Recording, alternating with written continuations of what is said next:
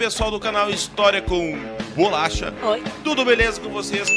Professor Charles na área para mais um vídeo e hoje falando sobre Revolução Inglesa. Então a aula de hoje vai se tratar deste assunto aí que servirá de base para mais tarde a Revolução Industrial.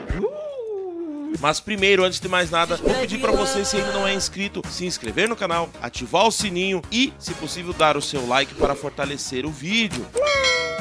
A vontade de rir é grande, mas a de chorar é maior. Para ficar por dentro de sempre que tem postagem nova aqui no canal, siga nas redes sociais, porque sempre que tem vídeo novo, eu posto lá, principalmente no Instagram, já que o nosso querido e adorado YouTube não avisa todo mundo quando tem vídeo novo. É foda, porra de YouTube. Beleza? Beleza. E se tiver interesse, vou deixar dois outros projetos aqui do canal, que é o da Antares, a banda que eu tenho com meus amigos, e de um projeto que eu posto alguns filmes, séries nacionais e internacionais. Beleza? Sem mais delongas, bora pro vídeo. Então, pessoal, quando a gente fala em revolução, antes de mais nada, temos que entender o conceito de revolução. Revolução parte do princípio de uma grande mudança. Ah, vá! Onde você tem algo que muda. Uma mudança, vamos dizer assim, uma grande alteração da realidade que existe. Como a maioria sabe, a Inglaterra é regida por uma monarquia parlamentarista, onde os poderes reais são limitados pela Constituição. A monarquia parlamentarista inglesa se consolidou por volta do século XVII. Atualmente a rainha inglesa é a rainha Elizabeth II. Porém, ela reina, mas não governa. Vamos entender um pouquinho isso ao longo deste assunto.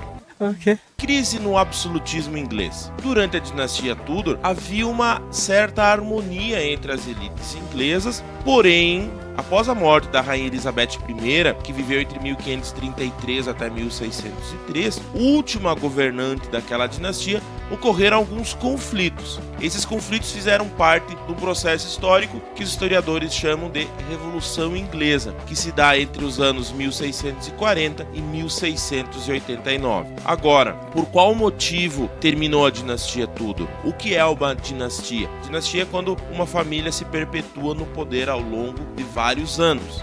É mesmo, é? E por que a dinastia Tudor terminou com a Elizabeth I? Não sei. É bem simples. A rainha Elizabeth, ela não era a mulher mais linda do mundo. É? E nem da Inglaterra, nem do reino. Ela, digamos assim, ela não era uma mulher bonita. Tá tão engraçado hoje, seu filho de uma p. Tu tá com o patati patatá enfiado no teu c, é? Não. Era uma mulher difícil de se lidar. Era uma mulher muito turrona, vamos dizer assim, né? E muitos homens não tinham interesse em se relacionar com ela, talvez até medo de se relacionar com ela, porque ela não media muito suas consequências, né? Então ela acabou morrendo solteira e sem herdeiros. E como ela era a última da sua linhagem, o poder acabou passando para o seu parente mais próximo. Já vamos ver sobre isso.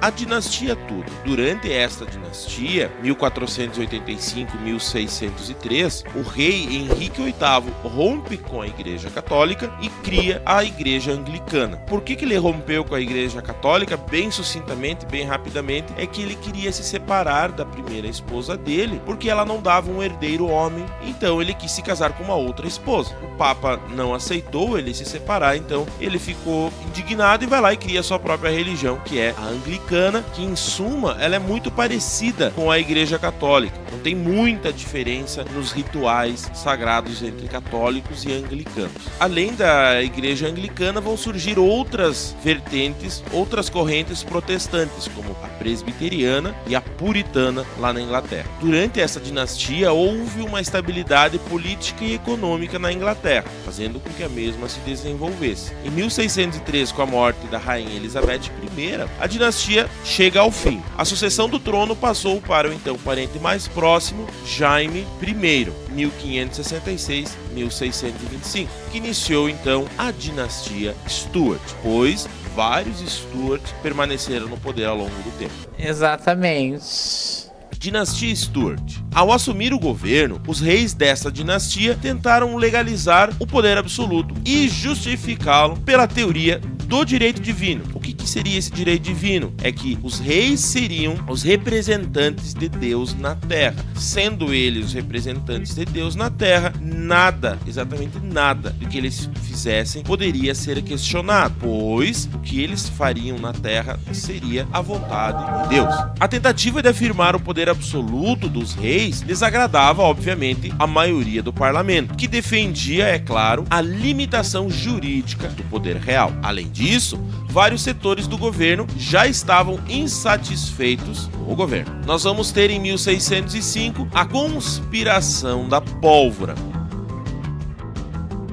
Um grupo de católicos planejou matar o rei Jaime I. Este plano ficou conhecido como a Conspiração da Pólvora, pois os rebeldes queriam explodir os barris de pólvora embaixo do parlamento enquanto o rei estivesse lá. Porém, a conspiração foi denunciada e os envolvidos foram punidos. Mas, resumidamente, um dos deputados do parlamento era amigo de um dos conspiradores. E um dos conspiradores pensou assim: pá, o cara é meu amigo, gente boa, vou mandar uma carta para ele avisando o que nós vamos fazer.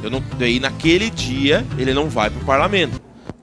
Não, você é burro, cara, que loucura. Só que o que aconteceu? Esse deputado, ao receber essa carta, ele pensou: pá, eu vou falar pro rei, assim eu faço uma pontuação com o rei, fico grandão e obviamente não deixo ninguém morrer. Ninguém, entre aspas, porque os conspiradores foram mortos. Mas isso aqui dá para nós entender um pouquinho de como que estava a situação, a conjuntura política daquele período, naquele momento. Radicalização dos conflitos. Carlos I, sucessor de Jaime I, aumentou os impostos e tentou firmar o poder absoluto, que seu pai já vinha tentando. Isso intensificou o descontentamento popular e os conflitos entre monarquia e parlamento. Em 1628, o parlamento inglês estabeleceu por meio da petição de direitos que o rei teria que ter autorização do parlamento para poder fazer as coisas. Antes de aumentar o imposto, antes de criar qualquer coisa, ele teria que ter a autorização do parlamento. Já no ano seguinte, o rei Carlos I reagiu a essa petição, perseguiu os políticos que lhe faziam oposição e acabou fechando o parlamento, governando sem esta instituição por 11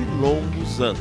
Porém, em 1640, uma revolta escocesa contra o governo obrigou o rei Carlos I a convocar o parlamento para conseguir recursos financeiros. Uma vez reunido, o parlamento tomou novamente uma série de medidas que desagradaram o rei. Por exemplo, decretou uma lei que proibia ao monarca a dissolução do parlamento e tornava obrigatória a convocação do órgão pelo menos uma vez a cada 3 anos. Esses acontecimentos vão desencadear a Revolução Inglesa.